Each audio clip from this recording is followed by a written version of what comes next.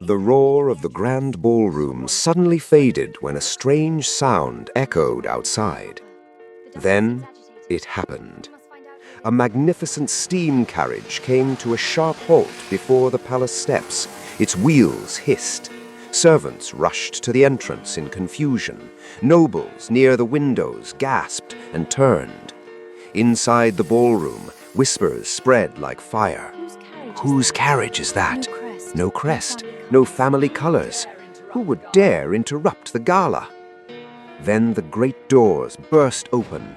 Hundreds of heads turned at once. Glasses slipped from trembling hands and shattered across the marble floor. There, framed beneath the golden lights, stood the woman the Duke had been too ashamed to bring. Duchess Eleanor Ravenshire. Dressed in black silk and diamonds, eyes blazing with pain and power, she stepped inside like judgment itself. Every footstep struck the marble with calm authority. At the center of the ballroom, Duke Adrian still held the hand of the younger woman he had proudly chosen over his wife, but now his fingers slowly loosened. Color drained from his face. The mistress who had arrived smiling moments earlier was suddenly trembling. Whispers tore through the room. She came. She actually came. After what he did to her? Then Eleanor stopped before them both, reached into her glove, and drew out sealed papers that made bankers gasp and noblemen rise to their feet. The Duke staggered backwards, because in that instant he knew the wife he had humiliated in private was about to destroy him before all of London. But before we witness how one proud duke lost everything in a single night, please subscribe for more unforgettable royal dramas.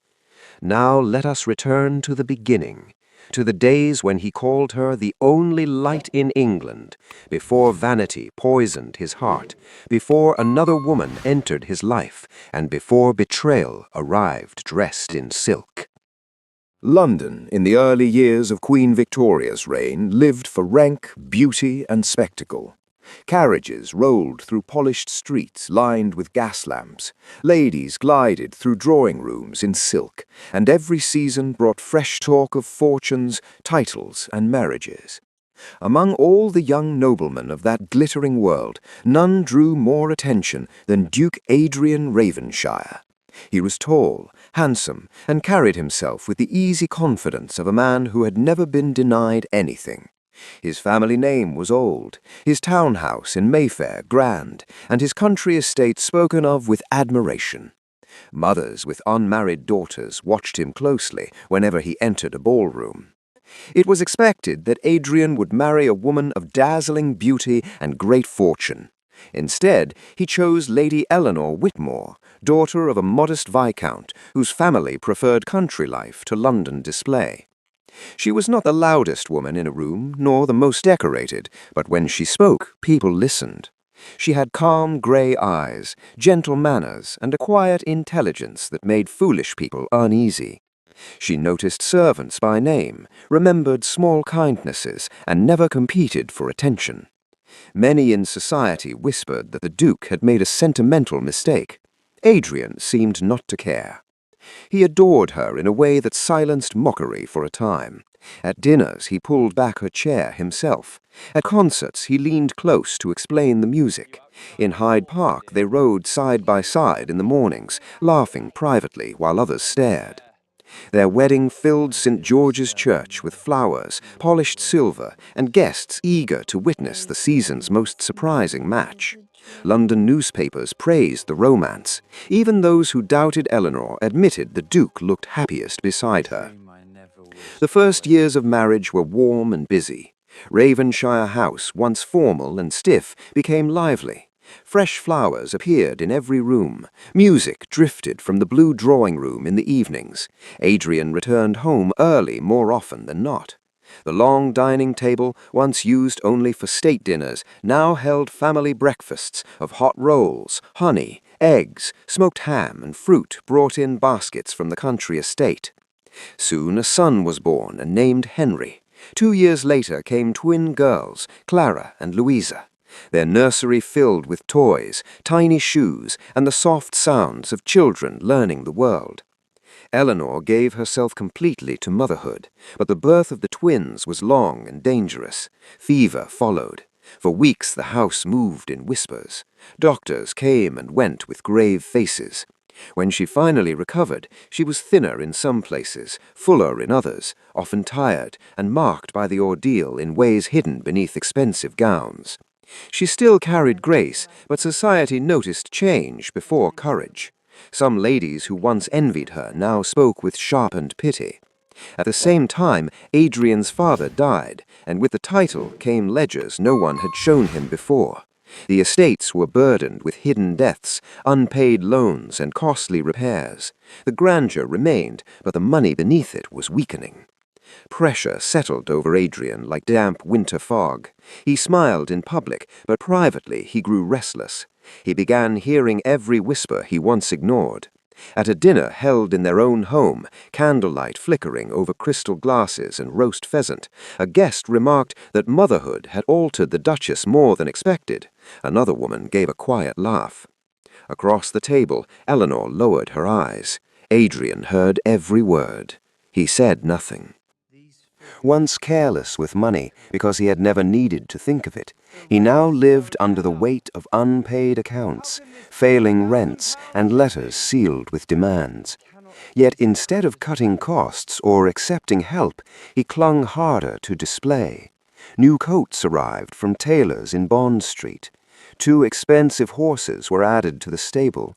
Fresh silver was ordered for dinners no one could truly afford.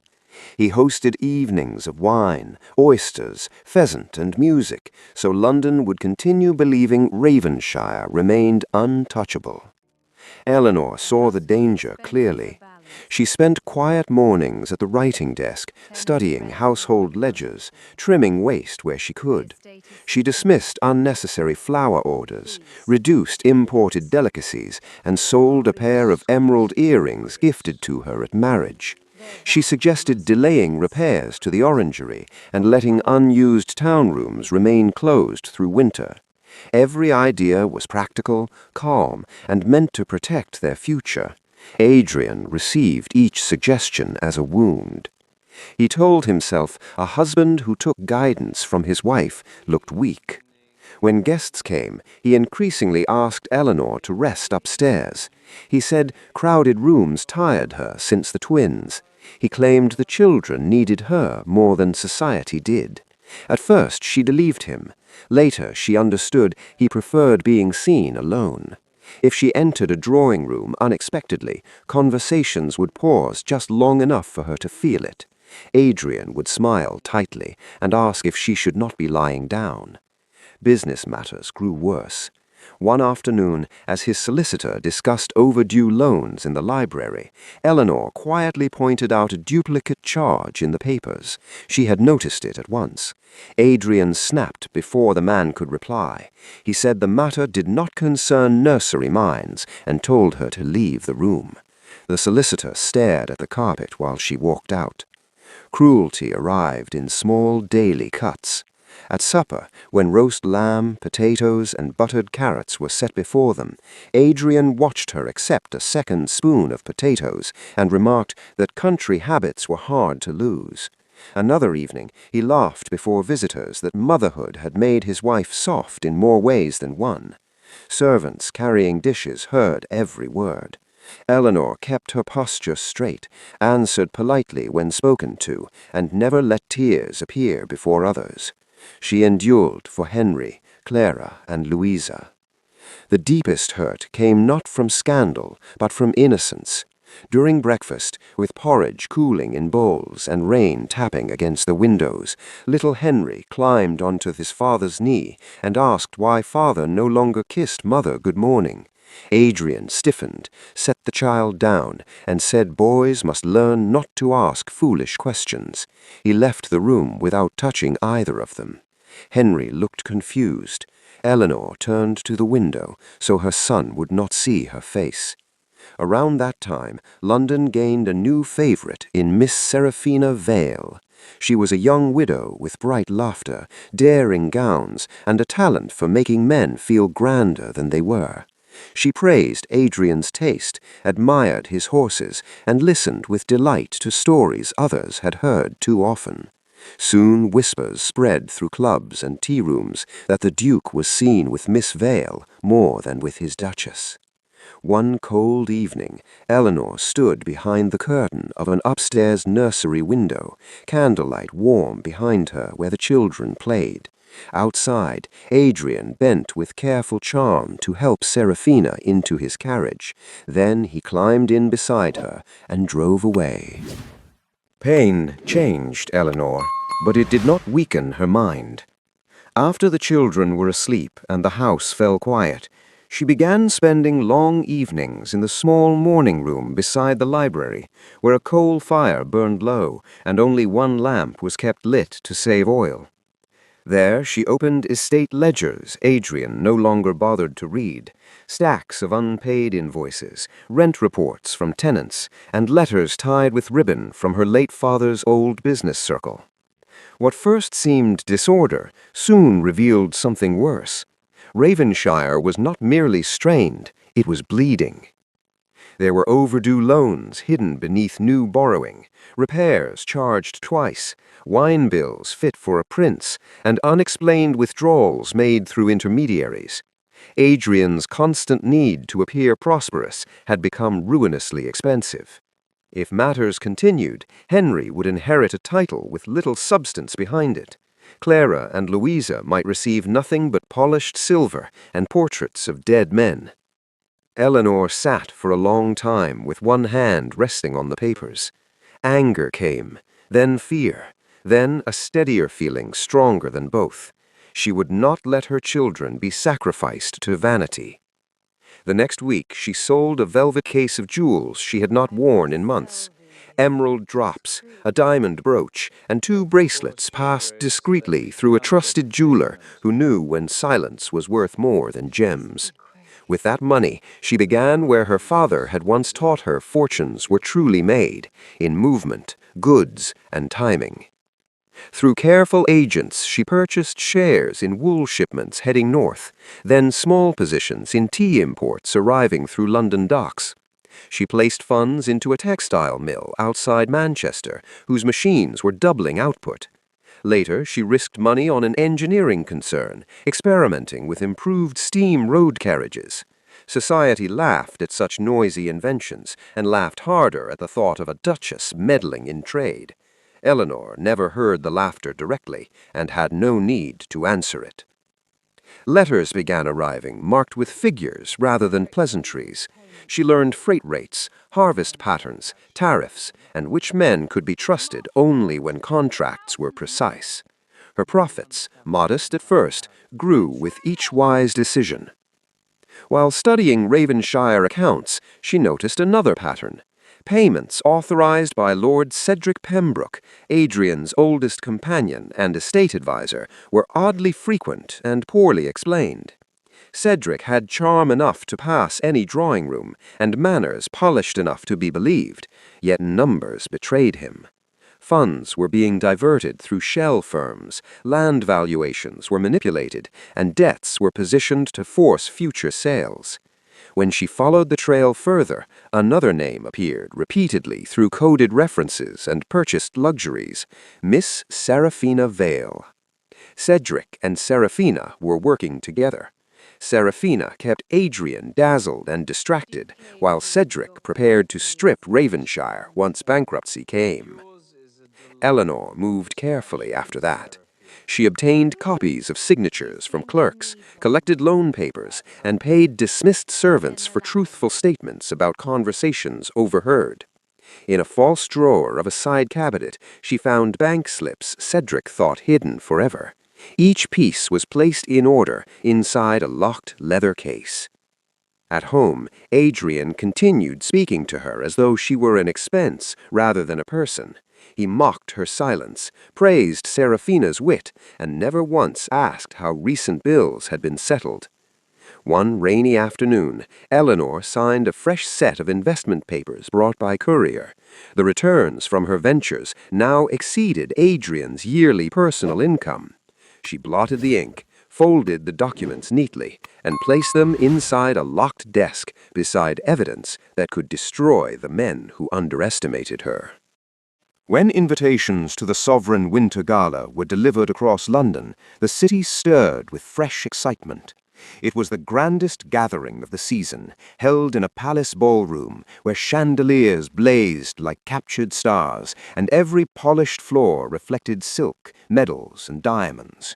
Ministers attended, foreign guests observed, and noble families measured one another with smiles that hid sharp intentions.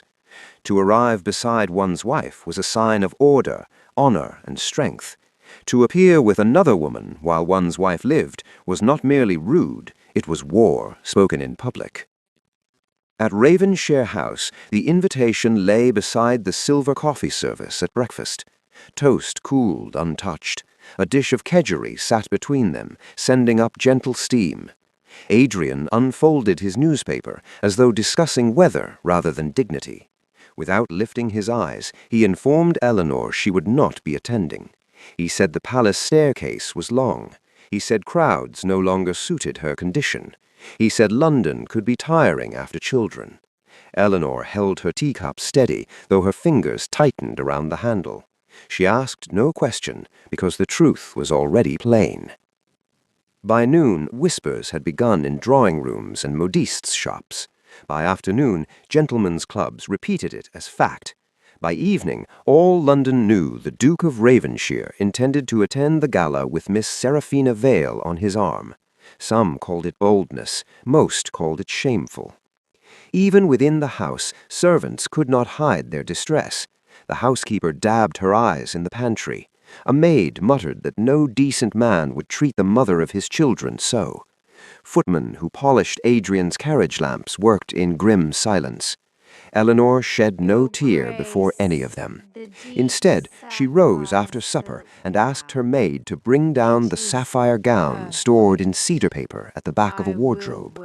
It was deep blue silk, cut elegantly, last worn on an anniversary when Adrian had still looked at her with warmth. She requested the family sapphires be cleaned and laid out. Then she went upstairs to the nursery. Henry was reading by the fire, while Clara and Louisa arranged dolls on a blanket. Eleanor kissed each child slowly, breathing in the scent of soap, warm linen, and innocence. She told them to sleep well and promised to see them in the morning. Henry asked if she would be beautiful tonight. She smiled and said she would do her best. Back downstairs, 2 trusted staff members waited in the study. To one, she handed sealed envelopes addressed to bankers and solicitors. To the other, she gave instructions regarding a leather case of documents to be brought later. Every word was calm, precise, and free of anger. Outside, a sleek steam carriage stood ready in the courtyard, its brass fittings polished bright, its body elegant and modern. The machine had been funded by investments no one in London knew belonged to the Duchess they pitied. As its engine hissed softly in the cold night air, Eleanor stepped inside. At the gala, Adrian entered with Seraphina beneath a blaze of light. She wore silver satin and confidence. Guests turned to stare, then turned away to whisper behind fans and gloved hands. Seraphina accepted the attention as victory. Adrian smiled too broadly, laughing a fraction too loudly, carrying arrogance over unease like a cloak too thin for winter. Then, from beyond the ballroom, the great doors opened. Every head turned as the footmen struck their staffs and announced, Her Grace Duchess Eleanor Ravenshire.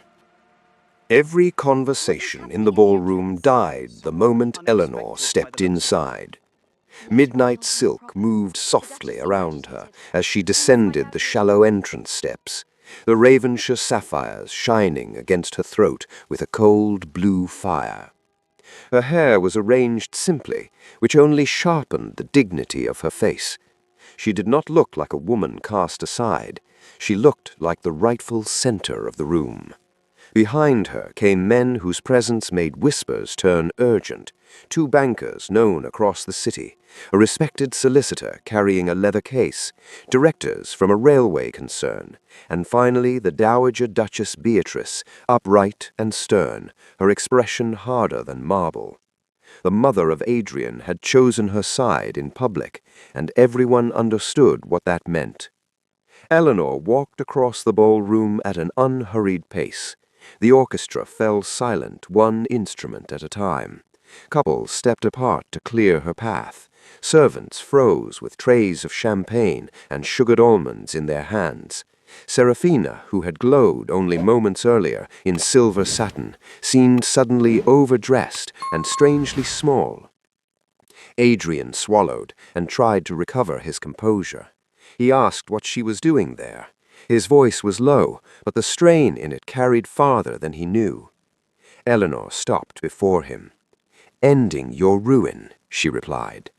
The solicitor opened the leather case. Papers were handed first to Adrian, then to the master of ceremonies, then to 2 gentlemen of influence standing nearby.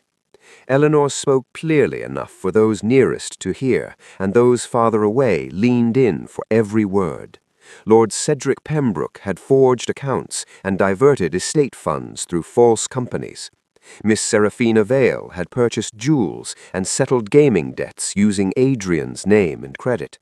Ravenshire House, its staff and its lands would have collapsed under creditors months earlier if Eleanor's private investments had not secretly paid bills, covered wages, and preserved the family estate. Gasps broke across the hall like sudden wind. Ladies clutched fans to their lips. Men reached for spectacles. Adrian looked down at figures and signatures he recognized too late. Cedric, pale and sweating, attempted to slip through the crowd toward a side exit. 2 officers waiting near the doors stepped forward and took him by the arms before he reached the handle. His protests only fed the spectacle. Serafina's face twisted with fury. She pointed at Adrian and cried that he had promised marriage, a title, and freedom from his dull wife. The nearest guests recoiled as though scandal itself might stain their sleeves. Those who had flattered her minutes before now turned away.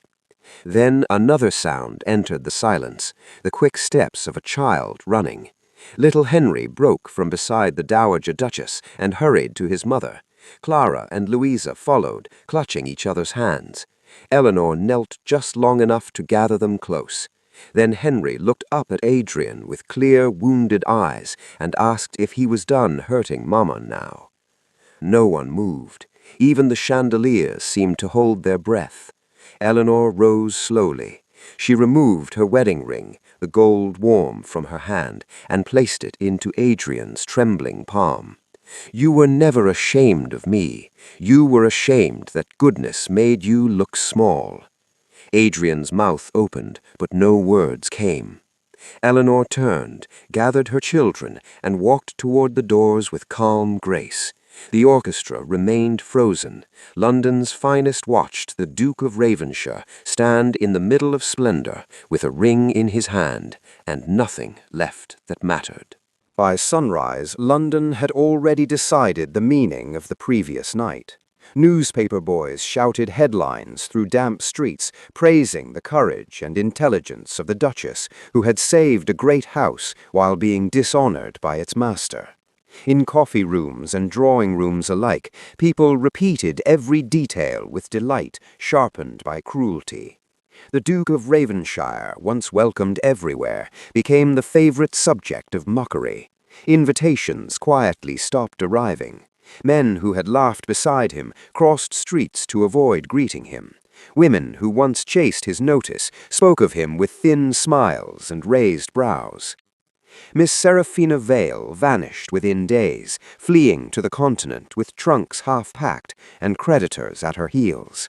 Lord Cedric Pembroke, stripped of charm once his fraud was known, was led through court doors beneath the stare of strangers.